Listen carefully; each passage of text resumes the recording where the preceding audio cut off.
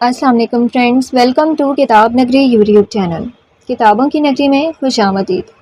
میں ہوں آپ کی ہوسٹ اقرا یاسین، اور آج میں آپ کے لیے لے کر آئی ہوں کرن رفیق کی قلم سے تحریر کردہ ناول عشق نہ چاندہ یار کی ایپیسوڈ نمبر 15 کو لے کر۔ اس ایپیسوڈ کو سٹارٹ کرنے سے پہلے آپ کر لیجئے ہمارے چینل کو سبسکرائب، ویڈیو کو لائک اور کلک کر لیجئے بیل آئیکن کو۔ اب آتے ہیں ایپیسوڈ کی جانب۔ آصفہ بولتے بولتے روتی تھی، جبکہ اشال نے اسے خود سے لگاتے ہوئے چپ کروایا تھا۔ آصفہ یار چپ کرو، بھائی بس تنگ کر رہے ہیں تمہیں۔ ہم سب کو نظر آ رہا ہے کہ وہ خود بھی گھر میں بلائے بلائے سے پھرتے رہتے ہیں، انہیں خود سمجھ نہیں آ رہا کہ وہ کیا کر رہے ہیں۔ فکر مت کرو، ہو جائیں گے ٹھیک۔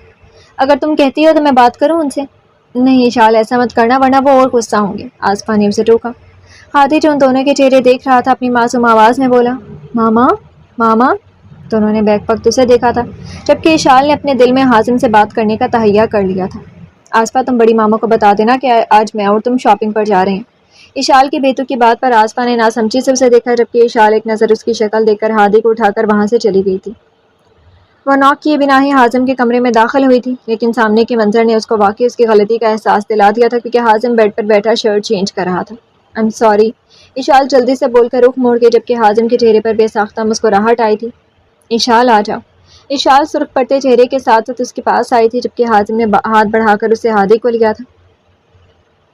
ہادی، میرے سامنے میری بیوی سے دور رہا کرو، کیونکہ تمہارا باپ اپنی بیوی کے معاملے میں بہت زیادہ پوزیسو ہے، حازم نے سنجیدگی سے اسے دیکھتے ہوئے کہا، جبکہ ہادی مسکرا رہا تھا۔ دوسری طرف اشال کو اس کی عقل پر شبہ ہو رہا تھا۔ شاہ، وہ بیٹا ہے میرا۔ اشال، میری موجودگی میں تم ہادی سے ذرا دور رہا کرو، کیونکہ میں تمہیں کسی کے ساتھ شیئر نہیں کر سکتا، چاہے وہ ہادی ہی کیوں نہ ہو، حازم نے کافی سخت لہجے میں اشال سے کہا تھا، جبکہ ہادی اس کی شرٹ کے بٹنز کے ساتھ کھیلنے میں مصروف ہو گیا تھا۔ شاہ، مجھے آپ کے جنون سے کبھی کبھی واقعی ڈر لگتا ہے، اشال نے اس سے نظریں ملائے بغیر کہا۔ شاہ کی جان، تمہیں ہمیشہ میرے جنون سے ڈرنا چاہیے، کیونکہ شاہ تمہارے معاملے میں کوئی بھی حد پار کر سکتا ہے۔ بظاہر اس نے نارمل انداز میں کہا تھا، لیکن اس کے لہجے کی سختی اشال کی ریڑھ کی ہڈی میں سنسنی پھیلا گئی تھی۔ شاہ، مجھے آپ سے کچھ بات کرنی ہے، اشال نے بات بدلنے میں ہی عافیت جانی تھی۔ ہاں بولو، حازم ہادی کے ساتھ کھیلتے ہوئے بولا۔ وہ بھائی پچھلے 2 دنوں سے آصفہ سے ناراض ہے، دونوں کے درمیان بات چیت بالکل بند ہے، ہمیں سے کوئی بھی ان کی لڑائی کی وجہ نہیں جانتا، لیکن میں ان دونوں کی اتری ہوئی شکل نہیں دیکھ سکتی۔ اشال نے اسے ساری بات بتائی۔ ٹھیک ہے، میں بات کرتا ہوں حاتب سے، خواہ میری بہن کا خون خشک کیا ہوا ہے اس نے، حازم دانت پیس کر بولا۔ ہاں تو آپ کون سا کام ہے، میرا خون بھی تو خشک کر کے رکھا ہوا ہے آپ نے، اشال بے ساختہ بولی، لیکن جیسی ہی نظر حازم کی طرف اٹھی، اسے اپنی غلطی کا احساس ہوا، کیونکہ وہ اسے غصے سے گھور رہا تھا۔ کیسے کیا ہوا میں نے آپ کا خون خشک، ذرا ایکسپلین کریں گی؟ دیکھیں آپ مجھے گھورے مت، ورنہ میں بڑی ماما سے آپ کی شکایت کر دوں گی کہ آپ مجھے ڈانٹتے بھی ہیں، اشال جلدی سے بولی، جبکہ حازم نے اسے حیرانی سے دیکھا۔ میں نے تمہیں کب ڈانٹا؟ جب آپ کا دل کرتا ہے، اشال نے جان بوجھ کر اسے چڑھایا۔ ایشی، ادھر آنا ذرا۔ حازم نے حتی المقدور اپنے لہجے کو نارمل رکھا، جبکہ اشال کا خون صحیح معنوں میں خشک ہوا تھا۔ لے بھائی ایشی، پڑھ لے کلمہ، کیونکہ یہ جلاد تو اب چھوڑنے والا نہیں ہے، اشال دل میں سوچ کر آگے بڑھی۔ حازم نے ہادی کو اپنی گود سے بیڈ پر بٹھایا اور اشال کا بازو پکڑ کر ایک جھٹکے سے اسے خود پر گرایا۔ ایشی میری جان، جھوٹ میں کسی صورت میں پسند نہیں کروں گا، اور ویسے بھی تم ماما کو سچ بتانا کہ تمہارے شاہ کا اب تمہارے بغیر گزارا ناممکن ہو رہا ہے، حازم خمارہ آلود لہجے میں بولا، جبکہ اشال کی سانسیں رکی ہوئی تھی۔ شاہ کی جان، خود کو مضبوط کر لو، کیونکہ اب میں واقعی ماما کو تمہارے اس روم میں شفٹ ہونے کا کہنے والا ہوں۔ اشال نے بے ساختہ اس کی طرف دیکھا اور ایک جھٹکے سے اٹھی تھی۔ آپ نے مجھ سے وعدہ کیا تھا پہلے بھائی اور آصفہ کی شادی ہوگی، اشال خفگی سے بولی۔ اچھا ٹھیک ہے، ناراض مت ہو، حازم اس کا معصوم چہرہ دیکھ کر بولا۔ ہادی چلو، دادو انتظار کر رہی ہوں گی۔ اشال نے اس کی بات کو سنا انسنا کر دیا تھا اور ہادی کو اٹھانے کے لیے آگے بڑھی، تو حازم نے اس کا ہاتھ پکڑ لیا، اور جب بولا تو اس کا لہجہ چٹانوں جیسا تھا۔ اشال شاہ، ایک بات کو اچھے سے ذہن نشین کر لیں، تمہاری توجہ اور وقت میں کسی کے ساتھ شیئر نہیں کروں گا، چاہے وہ ہمارا بیٹا ہی کیوں نہ ہو، اور یہ بات میں آخری دفعہ سمجھا رہا ہوں، دوبارہ مجھے کہنے کی ضرورت نہ پڑے۔ اور ایک بات، تم میری غیر موجودگی میں ہادی کے ساتھ وقت گزار سکتی ہو، اب جاؤ میرے لیے چائے بنا کر لاؤ اور ماما کو بھیجو تاکہ ہادی کو سنبھالیں۔ شاہ، آپ کی ساری زندگی ایسے ہی رہیں گے؟ ہاں بالکل، اور ویسے بھی میں ہادی کے لیے نئی مصروفیت کا سوچ رہا تھا، حازم مسکراہٹ دبا کر بولا۔ کیسی مصروفیت؟ اشال نے بے ساختہ پوچھا۔ یہی کہ ہادی کو ایک بہن یا بھائی دے دیا جائے، حازم مزے سے بولا، جبکہ اشال نے اسے گھومنے کی ناکام کوشش کی۔ شاہ بہت بے شرم ہو گئے ہیں، اشال کے کہہ کر وہاں سے چلی گئی، جبکہ حازم کا کہکہا اسے اپنے پیچھے تک سنائی دیا تھا۔ انتہائی کوئی بیہودہ انسان بن گئے ہیں شاہ آپ، اشال بڑبڑائی اور کچن کی جانب چلتی۔ خاطب جیسے ہی روم میں داخل ہوا تو سامنے حازم کو موبائل پر بزی دیکھا تو مسکراتے ہوئے بولا، کس لڑکی سے چیٹ کر رہے ہو؟ تمہاری بہن کی سوتن سے۔ حازم نے جتنی سنجیدگی سے کہا تھا حاطب کا کہا اتنا ہی جاندار تھا۔ یہ بات ہے تو چلو ابھی اشال کو بتاتا ہوں، مجھے یقین ہے تمہارے موبائل پر پابندی لازمی لگ جائے گی۔ حاطب بیڈ کے دوسری طرف بیٹھتے ہوئے بولا تھا، تم ایک نمبر کی گھٹیا انسان ہو۔ حازم نے دانت پیسے تھے، ہاں بالکل جیسے تم ویسے ہم۔ حاطب مجھے تم سے ایک ضروری بات کرنی ہے، حازم نے سنجیدگی سے کہا۔ ہاں بولو۔ تمہارا آس پاس سے کوئی جھگڑا ہوا ہے؟ حاطب نے حازم کے بات پر لب بھینچے۔ حازم تم سے کس نے کہا؟ جس نے بھی کہا ہے یہ میٹر نہیں کرتا، مجھے یہ بتاؤ تم مجھ سے ناراضگی کب ختم کر رہے ہو؟ حازم میں اس سے ناراض نہیں ہوں، بس سوچ رہا ہوں کہ مجھے اس رشتے کے بارے میں دوبارہ سوچنا چاہیے، حاطب نے سنجیدگی سے کہا، جبکہ حازم کو اس کی بات پر باقاعدہ شوق لگا تھا۔ حاطب تم ہوش میں تو ہو؟ کیا بول رہی ہو تم؟ پاگل ہو گئے ہو کیا؟ جانتی ہو وہ کتنی محبت کرتی ہے تم سے، تمہاری ناراضگی سے 2 دن میں ہی مرجھا گئی ہے، اس کی حالت برسوں کے مریض جیسی ہو گئی ہے، اور تم اس رشتے پر دوبارہ سوچنے کا بول رہی ہو؟ مجھے تمہاری سوچ پر غصہ آ رہا ہے، حازم نے سخت لہجے میں کہا تھا، جبکہ حاطب جواب میں اتنا ہی پرسکون رہا تھا۔ حازم بعض دفعہ حالات ایسے ہو جاتے ہیں کہ انسان کو واقعی بہت کچھ سوچنا پڑتا ہے۔ حاطب ہمدان شاہ، اگر تم نے میری بہن کو چھوڑنے کا سوچا بھی تو یاد رکھنا میں تمہارا قتل کر دوں گا۔ حازم نے اسے غصے سے گھور کر بولا، ہاں ہاں ہاں، دنیا ادھر سے ادھر ہو سکتی ہے لیکن حازم علی شاہ کبھی حاطب شاہ کو زخم نہیں دے گا، کیونکہ حازم شاہ میرے لیے سراپا یقین ہے۔ حاطب نے کہا لگا کر اپنی بات مکمل کی۔ حاطب تم مجھ سے کچھ چھپا رہے ہو کیا؟ حازم نے بغور اسے دیکھا تھا، دیکھ کر پوچھا، میں کچھ نہیں چھپا رہا حازم۔ تو پھر نظریں کیوں چرا رہے ہو؟ حازم نے اس کی نظریں چرانے پر چوٹ کی، میں نظریں نہیں چرا رہا حازم، بس یوں سمجھ لو وقت آنے سے پہلے کچھ بھی بتانے سے مجبور ہوں۔ اور ہاں ایک بات اور، مجھے تم سے ایک بات چاہیے، بولو میرا ساتھ دو گے نا؟ حاطب نے سنجیدگی سے حازم کو دیکھ کر کہا، ہاں میں دوں گا تمہارا ساتھ، یہ کوئی کہنے کی بات ہے، اور ویسے بھی تمہیں وعدے کی کیا ضرورت محسوس ہونے لگی؟ حازم مجھ سے وعدہ کرو کہ تم آصفہ کو ہمیشہ خوش رکھو گی، کبھی اس کی زندگی میں کوئی کمی نہیں آنے دو گی۔ حاطب تم نے شاید اشال کہنا تھا، کیونکہ آصفہ تمہاری ذمہ داری ہے میری نہیں۔ حازم نے مسکراتے ہوئے کہا، نہیں میں نے آج ہی کا نام ہی لیا ہے۔ حاطب نے خود پر کمبل تان کر کہا، حاطب میں جانتا ہوں جس طرح تم آصفہ کا خیال رکھ سکتے ہو دنیا میں کوئی بھی شخص نہیں رکھ سکتا، یہاں تک کہ میں بھی نہیں۔ حازم نے اس کی پشت کو دیکھ کر جواب دیا، اچھا میرے باپ میں اتنا ہی سیریس رہ سکتا تھا، اب چھوڑ ان باتوں کو اور سو جا، کیونکہ اگر مجھے نیند نہ آئی نا تو تیری بہن کی نیند آج واقعی حرام کر دوں گا۔ حاطب کی بات پر حازم نے بے ساختہ اس کے کندھے پر پنچ رسید کیا تھا، کمینہ انسان، صبح مجھے میری بہن ہنستی ہوئی نظر آنی چاہیے، سمجھے؟ حازم نے یہ بول کر لائٹ آف کر دی، جبکہ حاطب کو ایک شرارت سوجھی۔ جیسے ہی حازم لیٹا حاطب نے اسے حق کر لیا۔ حازم نے 2-3 پنچ اسے رسید کر کے اسے خود سے دور کیا۔ کمینے انسان، تجھ سے میری عزت اللہ ہی محفوظ رکھ سکتا ہے، ہاں ہاں ہاں، گڈ نائٹ۔ حاطب ہنستے ہوئے سائڈ بدل گیا، جبکہ حازم نے آج اس کے چہرے پر الجھن دیکھی تھی جو کہ اسے بے چین کر رہی تھی۔ اگلی صبح جب آصفہ حسب معمول حازم کو بیڈ ٹی دینے آئی تھی، سامنے حاطب کو مسکرا کر سوتے دیکھ کر پرسکون ہو گئی تھی۔ سوتے ہوئے کتنے معصوم لگتے ہیں، لیکن صرف سوتے ہوئے ہی۔ آصفہ خود سے بڑبڑائی، او میڈم میں ہوں ہی معصوم، اور میری معصومیت اس سے زیادہ کیا ہوگی کہ تمہارے ساتھ میں کبھی ڈیٹ پر نہیں گیا، حاطب مسکراتے ہوئے شرارت سے بولا، جبکہ آصفہ نے حیرانی سے اسے آنکھیں کھول کر دیکھا۔ اپنے معصوم شوہر کو نظر لگانے کا ارادہ ہے کیا جو ایسے گھور رہی ہو؟ آپ کب سے جاگ رہے ہیں؟ آصفہ اپنی شرمندگی چھپاتے ہوئے بولی۔ حاطب نے ایک نظر حازم کو دیکھا جو سویا ہوا تھا، اور پھر آصفہ کی طرف دیکھ کر بولا، میں فجر کے وقت اٹھا تھا، پھر نیند ہی نہیں آئی۔ خیر چھوڑو اور چلو آج واک پر چلتے ہیں، تم ریڈی ہو جاؤ اور باہر گارڈن میں میرا ویٹ کرو، میں 2 منٹ میں آیا۔ آصفہ اس کی بات سن کر مسکراتے ہوئے باہر نکل گئی۔ وہ دونوں اس وقت ایک پارک میں واک کر رہے تھے جب آصفہ بولی، حاطب آئی ایم سوری، مجھے آپ کے پرسنل کاموں میں انٹرفیئر نہیں کرنا چاہیے تھا۔ سوری مت بولو میری جان، اور بھول جاؤ سب کچھ، کیونکہ میں واقعی اس چیز کو دوبارہ ڈسکس نہیں کرنا چاہتا۔ حاطب آپ سے ایک بات پوچھوں؟ آصفہ نے اس کے چہرے کو دیکھ کر پوچھا۔ ہاں پوچھو، آپ مجھ سے کتنی محبت کرتے ہیں؟ اس کے سوال پر حاطب ایک لمحے کو حیران ہوا، پھر مسکراتے ہوئے بولا، تم اتنی صبح اگر یہ سوال پارک میں کرنے کے بجائے گھر میں کرتی تو یقین مانو اس کا ثبوت بھی تمہیں وہیں دیتا۔ حاطب کی زبانی بات پر آصفہ کا چہرہ ایک پل میں سرخ ہوا تھا۔ حاطب میں سیریس ہوں، آصفہ نے رخ موڑ کر کہا۔ میں بھی سیریس ہوں حاطب کی جان۔ حاطب اب بہت زیادہ بگڑ گئے ہیں، آصفہ نے اسے گھورا تھا، تو تم سدھار دو، بابا سائن سے بات کرو کہ تمہاری کوئی شرط نہیں ہے اور تم جلد از جلد رخصت ہونا چاہتی ہو۔ حاطب میں آپ کے MBA کے مکمل ہونے سے پہلے رخصتی نہیں کرواؤں گی۔ اور اگر میں مر گیا تو؟ حاطب نے سنجیدگی سے پوچھا۔ اس کے سوال پر آصفہ کو لگا جیسے ہی اس کا دل کسی نے مٹھی میں جکڑ لیا ہو۔ اس کی آنکھیں ایک لمحے میں نم ہوئی تھیں۔ بہت شوق ہے نا آپ کو میری جان نکالنے کا، اسی لیے آپ ایسی باتیں کرتے ہیں، لیکن یاد رکھیں آپ کی آزی بھی مر جائے گی۔ آصفہ روتے ہوئے بولی۔ آزی یار مذاق کر رہا تھا۔ حاتب اس کے آنسو صاف کرتے ہوئے بولا، آپ کا یہ مذاق کسی دن واقعی میری جان لے لے گا۔ حاتب نے اسے اپنے حصار میں لیا اور اس کے بالوں پر بوسہ دیا۔ بس یار، ایک تو تم دونوں بہن بھائی سینٹی ہو، ذرا جو مذاق برداشت کر لو۔ حاتب ہمدان شاہ، آپ واقعی انمول ہیں، بھائی کے لیے بھی اور میرے لیے بھی۔ آصفہ اس کے حصار سے نکل کر بولی، اچھا یہ سب چھوڑو، مجھے یہ بتاؤ شرائط کب واپس لوگی؟ حاتب نے اس کا ہاتھ پکڑ کر پوچھا۔ ویسے آپ کو ایک سیکرٹ بتاؤں؟ میں نے بابا سائیں کے سامنے کوئی شرط ہی نہیں رکھی تھی، بس بھائی کی مرضی تھی اور میری بھی کہ آپ کے MBA کا انتظار کر لیا جائے۔ آزی، تم نے مجھ سے جھوٹ بولا؟ ہاں تو آپ نے اتنے جھوٹ بولے، میرا ایک جھوٹ تو بنتا تھا۔ آصفہ یہ بول کر وہاں سے بھاگی تھی جبکہ حاتب اس کے پیچھے بھاگا تھا۔ رکو تم بتاتا ہوں میں۔ وہ گھر کے اندر گارڈن میں ایک دوسرے کے پیچھے بھاگ رہے تھے جب حاتب اسے مصنوعی گھور کر بولا، ہاں ہاں ہاں، پہلے پکڑ تو لیں۔ آصفہ کی ہنسی سارے گھر میں گونج رہی تھی جبکہ آمنہ شاہ جو اپنے کمرے کی کھڑکی میں کھڑی تھی انہیں دیکھ کر ڈھیروں دعائیں دے رہی تھی۔ ماضی، لوکیشن کراچی۔ وہ صبح سے بھوکا تھا اور اب رات ہو گئی تھی۔ کراچی کی سڑکوں پر مارا مارا پھر رہا تھا۔ حارث پاپا، آپ کیوں مجھے چھوڑ کر چلے گئے؟ ابھی تو میرے ڈیڈ سے بھی ملنا تھا اور اب اللہ کو کہاں سے ڈھونڈوں میں؟ آپ نے تو کہا تھا کہ وہ میرے ساتھ ہے، لیکن میرے ساتھ تو کوئی بھی نہیں ہے۔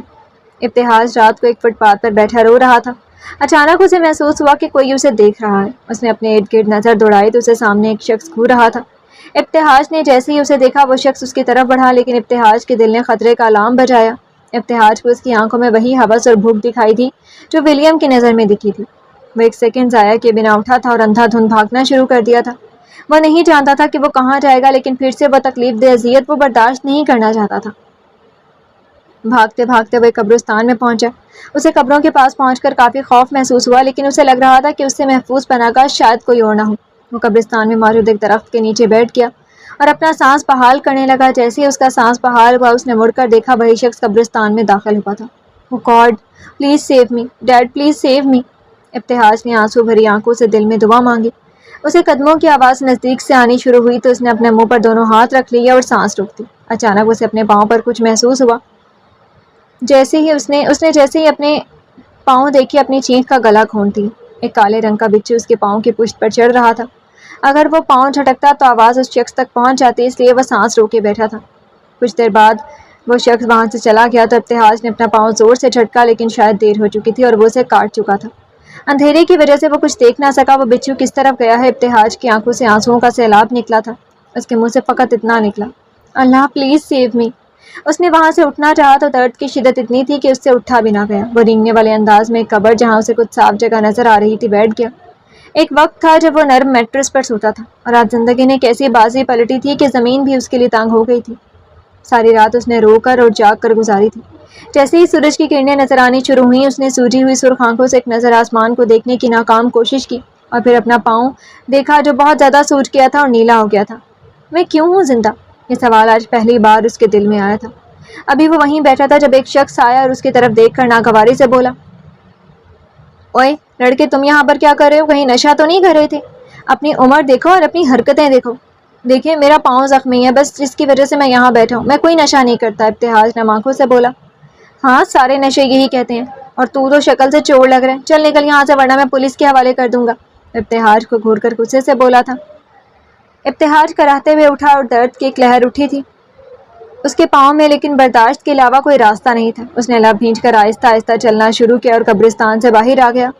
آنسو مسلسل اس کی آنکھوں سے نکل رہے تھے، آنکھوں میں جلن بھی ہو رہی تھی۔ سامنے اسے ایک ڈھابا نظر آیا، لیکن وہ جانتا تھا کہ پیسے کے بغیر کچھ نہیں ملے گا، اس لیے اپنے خشک ہونٹوں پر زبان پھیرنے لگا۔ فقط 9 سال میں اسے زندگی نے اسے امتحان میں ڈال دیا تھا جسے وہ ہرگز برداشت نہیں کر سکتا تھا۔ جیسے جیسے وہ چل رہا تھا درد کی لہریں مسلسل اٹھ رہی تھی۔ تھوڑی دیر بعد اس میں چلنے کی ہمت نہ رہی تو وہ سڑک پر ایک سائڈ پر بیٹھ گیا۔ اس کی بائیں سائڈ پر کچرے کا ڈھیر لگا تھا، اسے بہت زیادہ بدبو آ رہی تھی، لیکن مزید چلنے کی ہمت اس میں نہیں تھی۔ پلیز ڈیڈ، مجھے اپنے پاس لے جائیں ورنہ آپ کا بیٹا مر جائے گا۔ ابتہاج تصور میں علی شاہ سے مخاطب ہوا تھا۔ وہ بار بار اپنے خشک لبوں پر زبان پھیر رہا تھا۔ اچانک سے سامنے کچرے کے ڈھیر پر روٹی کا ٹکڑا نظر آیا۔ پہلے تو اسے بہت بدبو آ رہی تھی، لیکن روٹی کا ٹکڑا دیکھ کر اس کا دل للچایا تھا۔ وہ اپنی بھوک کے ہاتھوں مجبور ہو کر اٹھا اور وہ روٹی کا ٹکڑا اٹھا لیا۔ پھر کچھ سوچ کر اس نے وہیں پھینک دیا، لیکن بھوک اس روٹی کے ٹکڑے کو دیکھ کر مزید پروان چڑھ گئی تھی۔ اس نے پھر سے کچرے میں سے اسے اٹھایا اور اپنی شرٹ سے صاف کر کے کھانے لگا۔ کھاتے ہوئے بھی اس کے آنسو مسلسل نکل رہے تھے، بدبو بھی آ رہی تھی، لیکن اس کی بھوک اس کے لیے ناقابل برداشت تھی۔